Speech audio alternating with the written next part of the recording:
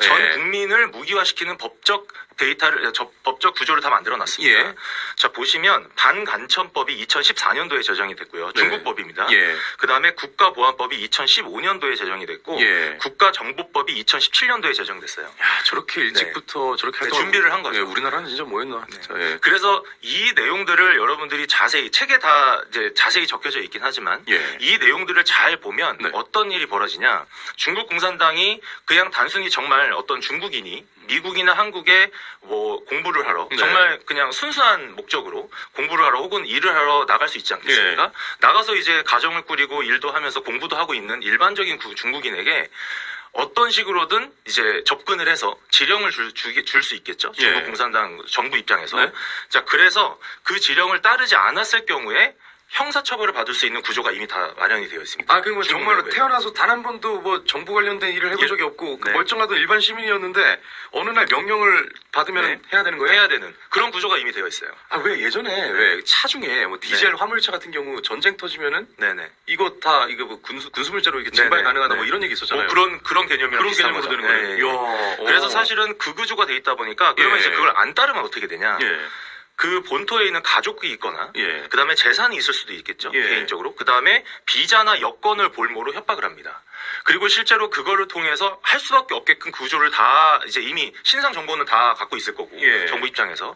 그래서 정말 그 중국 국적을 갖고 있는 그 사람이 각 국가의 그 요직에 있거나 아니면 중요한 대기업의 그 중요한 업무를 맡고 있거나 했을 때 접근해서 그런 활동을 공작 활동을 할 수밖에 없게끔 그런 법적 구조를 만들어놨다. 그리고 그걸 따르지 않으면 본토에 있는 가족들을 협박하거나 어떤 형태로든 형사처벌을 받을 수밖에 없다 보니까 야. 그런 식으로 조정당하고 있다라고 예. 보시면 되겠어요. 자, 이 내용을 알고서 이제 우리가 생각해 보면. 학교 가서 같이 공부하고 있는 중국인 친구들이나 네. 직장에서 같이 일하고 있는 중국인 동료들이 그런 식으로 중국 공산당으로 인해서 조종당할 수도 있는 법적 테두리가 있다는 것을 알고 있는 것과 모르는 것은 다를 거고 그렇죠. 단순히 그런 분들을 그냥 단순히 배척하자고 얘기하는 게 아니에요. 그런 예. 것을 우리가 아는 상태에서 지금 현재 이 중국 공산당과의 여러 문제들, 네. 이슈들, 그다음에 침공 전술에 대해서 우리는 대응할 수 있지 않을까. 이게 저는 베이스라고 저는 생각해서 예. 이 챕터를 우리 많은 국민들이 좀 알았으면 좋겠다라는 네. 거였습니다. 그래서 제가 본의 아니게 법 공부도 조금 했어요. 물론 뭐 법조인에 계신 분만큼 디테일하게 알지 못하지만 네. 중국 법이나 우리나라 법이나 실제로 법 관련된 이야기에 대해서 많은 관심을 가지고 좀 이 책 안에 또 녹여놓게 되어 있습니다. 예. 네. 감사합니다. 예. 일단은 네, 홍콩 대만 얘기를 좀 이제 홍콩 들어보고 대만 싶은데요. 얘기 하겠어요. 예. 자, 그러면 이제 그 다음 페이지부터 이제 가보겠습니다. 네. 사실 이제 홍콩은 일국양제를 50년을 약속을 받고서 홍콩이 반환됐었죠. 그렇죠. 그런데 22년 만에 그 약속을 다 깨고, 물론 그 전부터 물밑 작업은 했습니다. 중국 네. 공산당이. 그런데 22년 만에 모든 약속은 다 깨지고 지금 거의 사회 전반적으로, 그다음에 경제 전반적으로 홍콩은 이미 이제 공산화가 끝났다라고 네. 이제 많이들 알고 계시는데, 사실은 이제 오늘 제가 이 말씀을 쭉 드리면서 기본적으로 여기 오늘 뉴데일리 구독자분들이나 또 뉴데일리를 시청하시는 분들은 사실은 이 고품격 라이브 방송을 통해서 이 내용을 어느 정도 다 아실 거예요.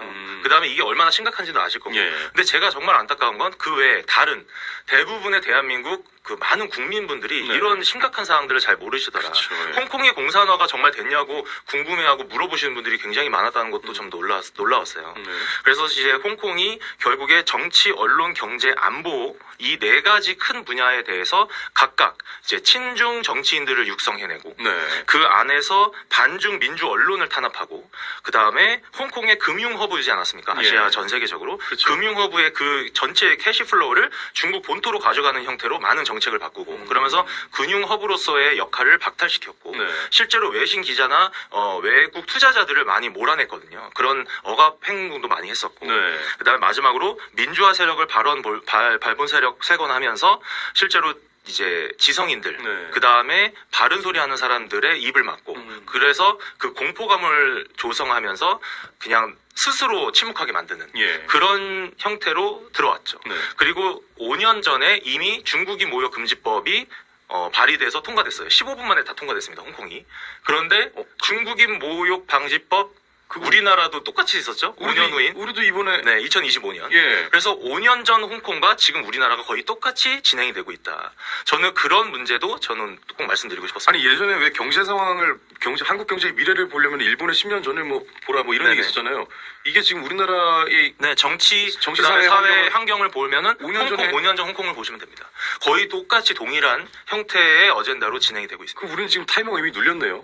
이 5년이라는 그렇죠. 타이머가. 저는 거의 골든타임이라고 보고요. 예. 근데 이런 부분에 있어서 이제 우리 우파 시민분들과 많은 이제 인플루언서분들 그다음에 예. 리더자분들께서 이제 역할을 해서 이 부분을 홍콩처럼 넘어가진 않도록 저희가 대응을 해야 될 것 같습니다. 그러네요, 정말. 네. 예. 어이구. 작가님께서는 홍콩 네. 그리고 대만 다음에 다음 차례를 우리라고 생각하십니까?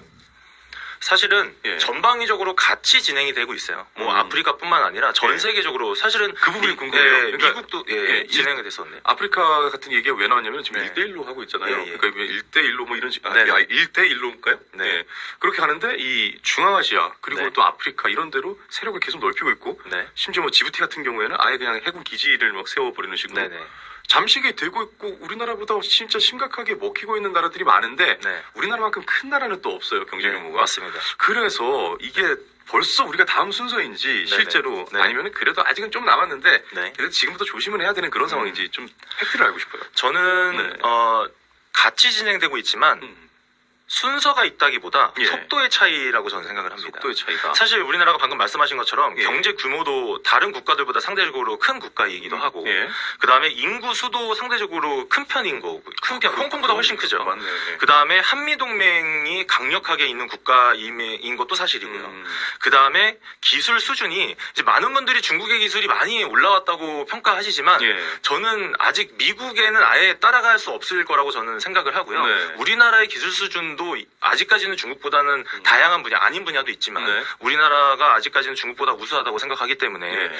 이런 여러 가지 부분으로 인해서 중국이 쉽게 넘보기는 힘들다. 그래서 전면적보다는 하이브리드 전쟁이라고 하죠. 네. 온건 침투 전략. 네. 그래서 사회, 교육, 그다음에 법조, 네. 그다음에 금융 부분, 그다음에 에너지 부분, 그다음에 기후 환경이라는 거짓된 과학을 통해서 많은 사람들에게 공포감을 조성하고, 예. 그다음에 언론을 탄압하고 언론에 많은 이제 자본을 대면서 언론 편성에도 이제 개입하고, 그러니까요. 그러면서 국민들의 눈과 귀를 막는 작업을 한 거죠. 예. 그렇게 지금 우리나라에 전방위적으로 벌어지고 있지만 속도가 조금 차이가 있는 거다라고 예. 저는 순서보다는 속도의 차이다. 저는 이렇게 판단하고 있습니다. 일단은 중국이 전 세계를 주무르는 데는 좀 환경 문제를 좀 치고 들어간 게 좀 네. 저는 개인적으로 이게 굉장히 의외였어요. 네. 왜냐면 중국이야말로 네, 자국민 내에서 이제 수많은 이제 환경 파괴를 많이 일삼고 있고, 맞습니다. 예, 그런데 사실 정작 보도하지 않죠. 외신에 보도할 수 없게끔 다 막죠. 그것 때문에 네. 더 WHO에다가 더 많은 좀 이렇게 돈을 대고 뭐 그랬는지 예, 좀 예. 입을 막기 위해서. 네. 예. 그런데 지금 중국이 결과적으로 그렇게 세계적으로 뭐 예를 들어 뭐 탄소 소비세? 네. 예, 탄소 분담금? 뭐 네, 이런 탄소 것들. 분담금. 예. 그런 개념이 나오게 된 것도 다 그때 이후이잖아요. 맞아요. 예, 그래서 이제 어차피 선진국들이야 뭐 이제 어느 정도 올라왔으니까. 네네. 근데 이제 그 개도국이나 이런 데서 올라갈 사다리가 이제 망가지는 그런 네. 상황이었잖아요. 맞습니다. 중국이 이런 식으로 전 가장 궁금한 게 왜 하필 환경을 네. 잡았을까? 예. 이거는 이제 이렇게 보시면 됩니다. 전 세계의 사실은 결국에 저는 네. 지금 미국과 이제 이란 사태도 베네수엘라 사태도 예. 이 모든 국제 정세가 사실 에너지 패권이거든요. 예. 이제 다른 부분들도 있지만 결국에 석유 페트로 달러 네. 이슈예요. 그렇죠. 이 에너지 패권을 잡는 국가가 전 세계를 거의 좌지우지할 수 있는데 네. 중국 입장에서 기존의 에너지 시스템으로는 미국의 아성을 현재 갖고 있는 이 강력한 힘을 어떻게 막아낼 수가 없는 거죠. 네. 이겨낼 수가 없는 거예요. 그래서 에너지 트랜지션이라는 단어를 주창하면서 환경을 그 안에 넣은 거죠. 뭐냐면 이산화탄소의 악마화를 통해서 네. 경제 발전과 기존의 석유, 석탄 베이스의 전 세계 에너지 패권 시장을 악마화시키는 그런 작업을 처음 이제 한 겁니다. 네. 그런데 그럼 이제 이 안에서 저희가 이산화탄소 이야기를 해야 돼요. 네. 많은 분들이 이산화탄소는 굉장히 해로운 기체로 많이 알고 계시잖아요. 그러니까 뭐 온실가스 네, 주범, 온실가스 뭐 이런 주범이다. 얘기. 그 부분을 좀 간단하게 좀 설명을 드리면 이산화탄소는 생명의 기체입니다. 그쵸. 네. 그리고 식물이 다 먹고 자라야 네. 되는, 마시고 살아야 되는 이산화탄소인데, 이 이산화탄소가 실제로 기후와 기온을 변화시킨다고 하는 것이 다 거짓이거든요. 그래서 제가 이 기후 어젠다 안에서 탄소 중립, 그 다음에 아리백 재생에너지, 네. 그 다음에 요즘에 하도 되고 있는 ESG, 이 세 가지가 요즘에 굉장히 큰 하나의 좀 핫한 이슈잖아요. 네. 그런데 제가 오늘도 이제 대기실에서 좀 보는데 슬로건이 그 기업이 대한민국이더라고요. ESG 있지 않습니까? 네. ESG가 우리나라 기업을 기업 산업을 붕괴시키는 어젠다입니다. 그리고 아리백 재생에너지는 우리나라 에너지 산업, 네. 에너지 믹스, 에너지 시스템을 붕괴시키는 어젠다입니다. 그 다음에 탄소 중립은 이 두 가지 어젠다에 강력한 명분을 주는, 네, 그렇게 시스템화되어 있어요. 그래서 많은 분들이 이산화탄소 악마화를 통해서 예. 우리나라 기업과 그 다음에 산업과 에너지 시스템을 뭉개트는, 완전히 박살내고 있는 정책에 지금 세뇌되어 있다. 근데 그 방향으로 가면 중국 자기들도 자유롭지 못할 텐데. 그 자유롭지 못하는 것을 방지하기 위해서 파리 기후협약이라는 걸 만든 거죠. 아, 그게 그렇게 만들어진 겁니다. 자, 파리 기후협약은 아시겠지만 이산화탄소 배출량이 많았던 국가, 과거에 네. 선진 사회에게 분담감을 내게 하고 예. 개발도상국은 면제를 받는 형태를 국제적인 협의를 이뤄낸 거고, 예. 거기에서 미국이 탈퇴하지 않았습니까? 네. 그 다음에 트럼프 행정부는 사실 2017년에도 바로 탈퇴했었고 이번에도 탈퇴했는데, 이 파리 기후협약이 그 명분, 방금 이제 PD님께서 말씀하셨던 그 명분을 이제 막기 위해서 만들어낸 하나의 방패라고 보시면 돼요. 그게 뭐냐면 저번에 박석순 교수님께서 나오셔서 네. 전 세계 이산화탄소 배출량의 약 30%가 중국이다 이렇게 말씀하셨잖아요. 네. 근데 저는 이제 뭘 보고 싶냐면 상위 10개국의 배출량을 좀 보고 싶어요. 사실은 전 세계 200 몇십 개국이 있지만 그중에 상위 10개국의 이산화탄소 배출량이 거의 대부분이거든요. 네. 우리나라가 9위입니다. 중국이 당연히 1위고 네. 상위 10개국으로 이제 한정돼서 보면 그중에 중국이 발생하는 이산화탄소량은 몇 퍼센트일 것 같으십니까? 그러니까 전 세계가 30%니까. 원래는 아예 생각이 네. 없었는데 지금 분위기상 네. 거의 대부분일 것 네. 같아요. 왜냐하면 네.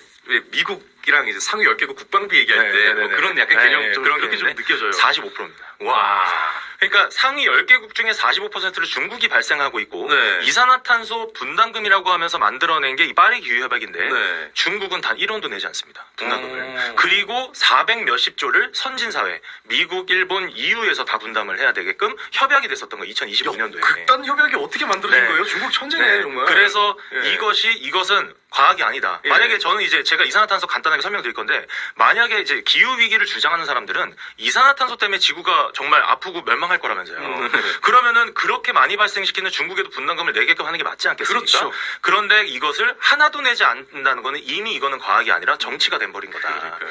그것을 간파하고 그것에 대한 명확한 과학적 데이터를 보고서 트럼프 행정부가 탈퇴를 하는 거에 역할을 했던 게 이제 클린텔과 미국의 시어트 코얼리전이라고 하는 네. 이산화탄소 연맹이 있습니다. 이 두 개의 큰 축의 국제기구가 같이 협조해서 UN IPCC의 보고서를 하나하나 다 비판을 했거든요. 예. 비판서도 냈고 그렇게 흘러왔는데, 자 그러면 이제 이산화탄소로